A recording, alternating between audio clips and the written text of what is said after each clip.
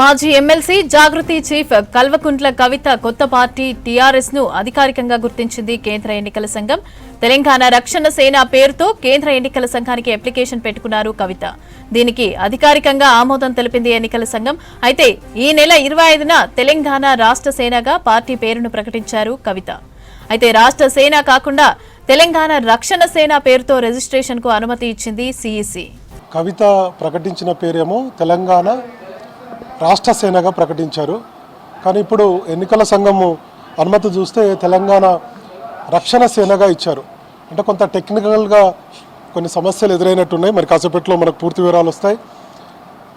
ఎన్నికల సంఘం ఇచ్చినటువంటి రిజిస్ట్రేషన్లో ఏ పేరుంది, గతంలో ఆమె రాష్ట్ర సేనగా కావాలని చెప్పి ఎన్నికల సంఘాన్ని అడిగినప్పుడు అది కాకుండా రక్షణ సేన ఎందుకు ఇచ్చారనేది మనకు మరి కాసేపట్లో వివరాలు అందేటువంటి అవకాశం ఉంది. మొత్తానికైతే తెలంగాణ రక్షణ సేన కొత్త ప్రాంతీయ పార్టీ అయితే పురుడు పోసుకుంది. ఈ నెల 25వ తారీఖున వాస్తవానికి తెలంగాణ రాష్ట్ర సేన అంటే టీఆర్ఎస్, ఇది కూడా టీఆర్ఎస్ఏ.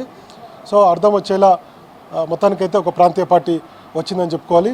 అయితే గత కొన్ని రోజుల నుంచి కూడా ఇటు బీఆర్ఎస్ నేతలు కవిత పార్టీపై విమర్శలు చేస్తున్నారు. సోషల్ మీడియా వేదికగా కొన్ని ఆరోపణలు విమర్శలు అయితే చేస్తూ వస్తున్నారు. అయితే ఈ 2-3 రోజుల నుంచి టీఆర్ఎస్ పార్టీ అంటే టీఆర్ఎస్గా చేసుకోవాల్సి ఉండే, కానీ ఈలోపు కవిత తెలంగాణ రాష్ట్ర సేనగా టీఆర్ఎస్ను పార్టీని ప్రకటించుకుంది. సో ఎట్లా ఏంటనే దాని మీద బీఆర్ఎస్లో గత కొన్ని రోజుల నుంచి ఒక చర్చ అయితే జరుగుతుంది. సో ఫైనల్గా కేంద్ర ఎన్నికల సంఘం అనుమతి ఉందా లేదా కవిత పార్టీకి అనేటువంటి చర్చ బీఆర్ఎస్ వర్గాల్లో జరిగింది. అటు బీజేపీలోను కాంగ్రెస్ పార్టీలోనూ కొంత రాజకీయం మీద అవగాహన ఉన్నటువంటి వాళ్ళందరూ కూడా చర్చ జరిగింది. ఇంకొక వైపు తెలంగాణ రాష్ట్ర సేనగా ఉన్నాక కింద మనం లైన్లో చూస్తే అసోసియేషన్ అని ఉంది.